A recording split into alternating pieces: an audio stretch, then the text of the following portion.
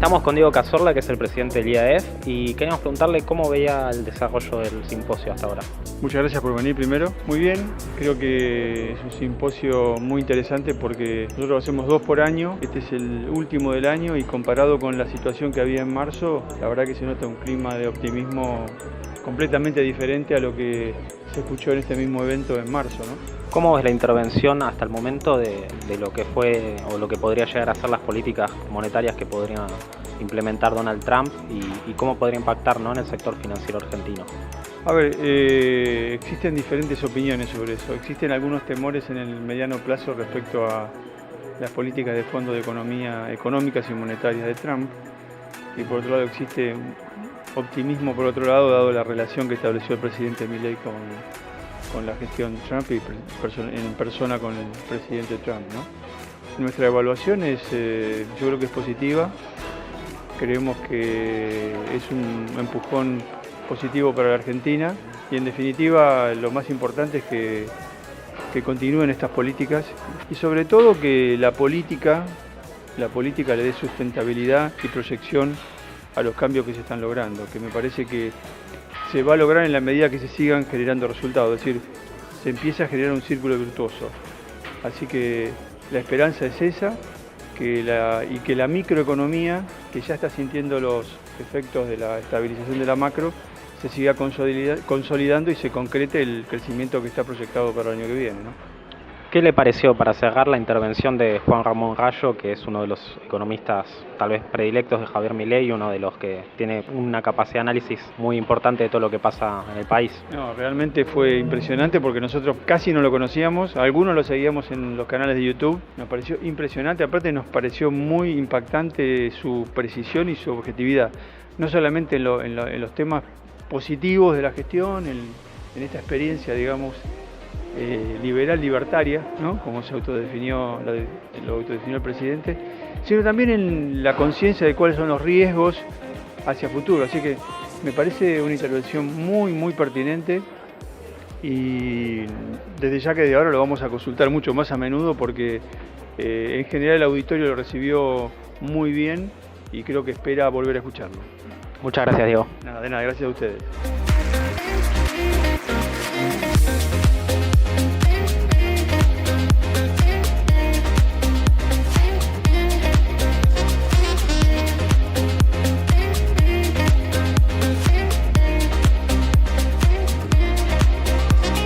Quería preguntarle cómo es que ve estos primeros meses de gestión de Milei, si mermó mucho el ajuste económico, la imagen del presidente, si sigue teniendo un feeling o algo con la sociedad que lo mantiene vigente. Sí, se mantiene prácticamente igual que cuando comenzó. Sí se encuentra la población con que la preocupación por la inflación ha pasado del 95% al 57%. También el temor a la inseguridad ha bajado, también el temor a la inestabilidad económica. Así que nosotros vemos el gobierno que enfrenta el 2025 con buena perspectiva por la económica y por el equilibrio social que existe al día de hoy. Creo que le falta definir todavía las alianzas políticas que le permitan el triunfo. ¿Y cuál percibe que puede llegar a ser el mayor desafío de acá al próximo año, que precisamente es legislativo y hay elecciones? Las alianzas políticas que puede efectuar el gobierno. Creo que en ese sentido la debilidad cuantitativa frente a la oposición tiene que cambiarlo con habilidad y con acuerdos y con posibilidad de integrar a distintos sectores. Creo que todavía es una tarea ímproba que le falta bastante por hacer. Muchas gracias. ¿Qué le pareció el Congreso del IAEF acá, a este simposio anual? Espectacular, creo que esto exhuma optimismo y exhuma un nivel de profesionalismo que no deja de sorprender. Evidentemente los argentinos contamos con técnicos de primer nivel a nivel internacional. Por eso son tan demandados en el exterior, ¿no? Muchas gracias. A ustedes.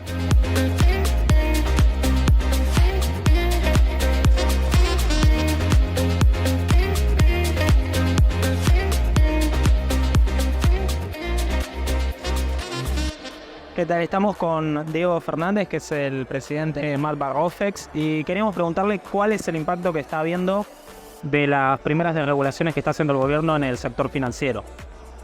Mirá, la verdad que este gobierno es un cambio total en la expectativa para lo que es el mercado de capitales y el sector financiero, ¿no?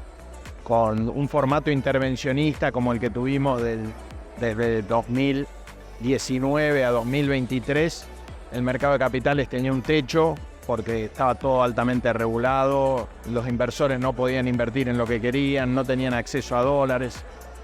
Y bueno, la verdad que ahora hay un ambiente de mucha más libertad, con un proceso lento de levantamiento de todas las regulaciones que había en materia cambiaria, pero continuo. Entonces, paso a paso viene sucediendo. Todos los días hay una limitante menos en donde los argentinos pueden invertir.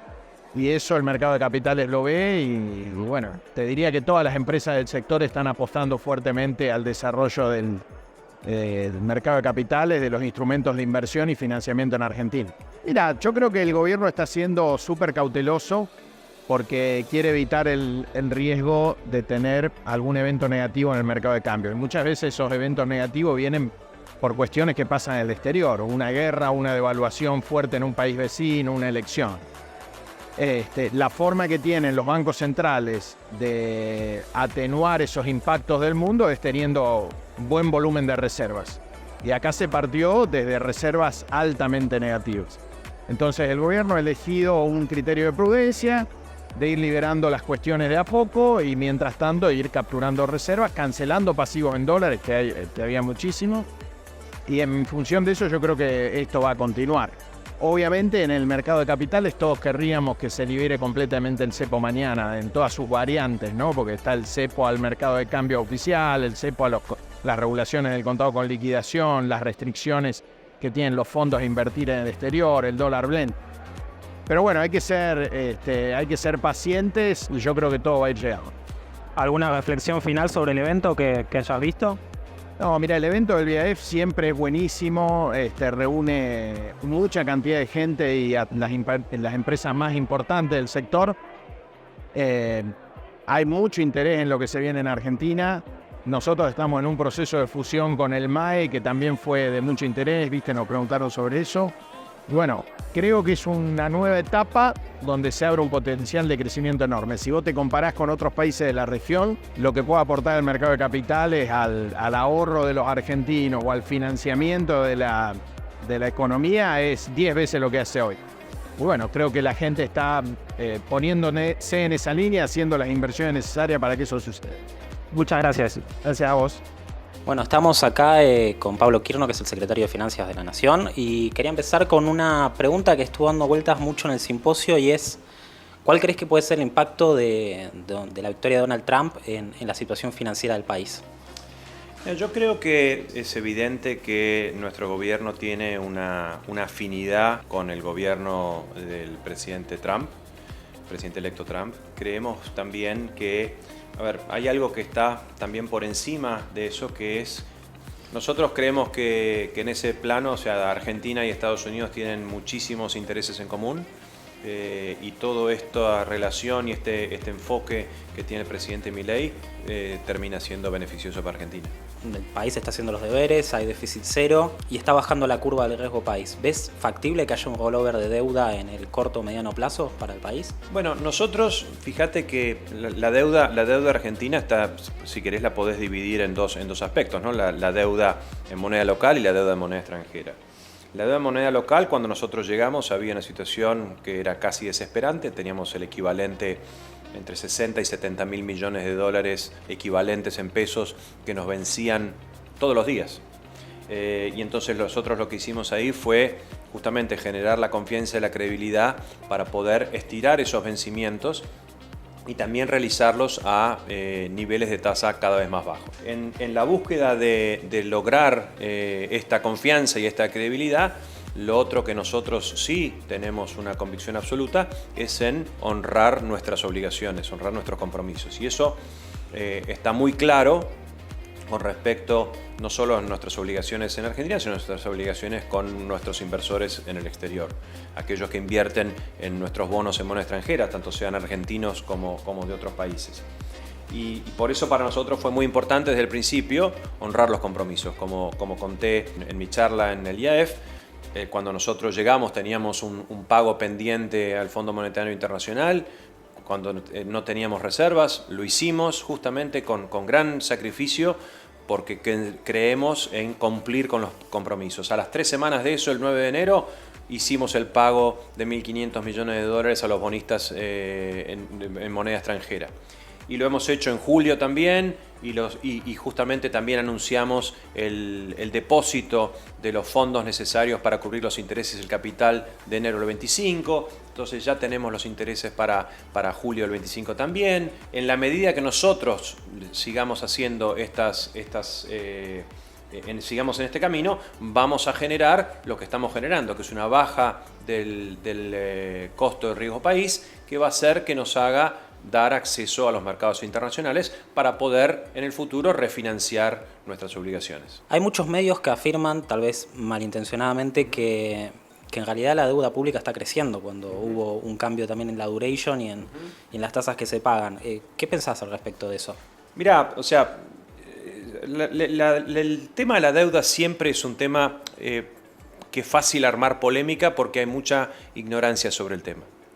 Cuando nosotros llegamos al gobierno, nosotros teníamos no solamente las obligaciones del Tesoro, sino también de las que nos hicimos cargo que tenían que ver con los pasivos remunerados del Banco Central. Eso equivalían más o menos 60.000 millones de dólares en pesos, ¿no? Entonces, cuando uno ve y suma a ese número de la deuda del Tesoro, la deuda de pasivos remunerados del Banco Central, se da cuenta que la deuda era mucho mayor a la que nosotros tenemos. Como nos hicimos cargos del Tesoro de los pasivos remunerados, corresponde incluir esos números ahí. Ahora, en ese proceso, ¿qué fue lo que nosotros hicimos? Fuimos a financiarnos al mercado porque teníamos vencimientos y también nos financiamos en exceso de los vencimientos, generando un financiamiento neto que nosotros utilizamos para absorber los pesos que habían, ¿no? ¿Y cómo absorbimos esos pesos? Esos pesos los absorbimos mediante compra de deuda que nosotros le hacíamos al central, que ellos tenían títulos nuestros, y eso significó que justamente ahí hicimos por el equivalente más o menos de 10.000 millones de dólares. Por eso cuando uno ve la deuda en dólares de la Argentina, no el total en dólares equivalentes, se va a ver que la deuda en dólares bajó 10.000 millones de dólares. Entonces, ahí es la primer falacia, la deuda está bajando. Cuando uno consolida y ve la reestructuración que nosotros hicimos de los pasivos remunerados en un esfuerzo conjunto del Banco Central y el Tesoro, damos cuenta que a septiembre de este año, la deuda desde noviembre del 23 a septiembre del 24 bajó en aproximadamente 46.000 millones de dólares. Entonces, después se podrá escribir y se podrá decir lo que sea. Lo que nosotros hicimos fue justamente eso, es resolver el problema de los pasivos remunerados, haciéndose cargo el Tesoro, y justamente eso lleva a los niveles de deuda que tenemos hoy, que inclusive habiendo emitido deuda capitalizable, etcétera, etcétera, también indica que la deuda cae. Ahora, otra medida de medir la deuda es también en lo que es su sustentabilidad, y eso se mide en deuda como porcentaje del Producto Bruto. Entonces, esa deuda, ese ratio de deuda sobre Producto Bruto, en el sector, con lo que le debemos al sector privado, también bajó significativamente. Entonces, todas estas acciones hacen que tengamos una consolidación financiera y tengamos una perspectiva financiera mucho más sólida de la que teníamos en diciembre cuando recibimos el gobierno. ¿Qué tan importante es la convicción de Milei que tiene en el plan económico para hacer tu trabajo un poco más sencillo? No, es fundamental, no es un poco más sencillo, es absolutamente más sencillo. Nuestra vida trabajando en el ministerio es significativamente más tranquila y efectiva, con la convicción y el liderazgo que tiene el presidente del rumbo que ha encarado para realizar estas reformas. O sea, sin su convencimiento, sin su apoyo, sin su liderazgo, sin su abayazamiento de la situación, o sea, nada de esto podría haberse logrado. ¿Y para cerrar, cuál pensás que es la mayor virtud del presidente? Su convicción y su liderazgo. Su convicción y su liderazgo que excede, como lo venimos diciendo, excede nuestras fronteras. O sea, el impacto que el presidente está teniendo a nivel mundial es inédito para un presidente argentino. y es algo que también es una oportunidad para Argentina para que acorte rápidamente esa distancia que tenemos de crecimiento con el resto del mundo que nos ha tenido atados durante tanto tiempo. Muchas gracias, Pablo. No, gracias a ustedes.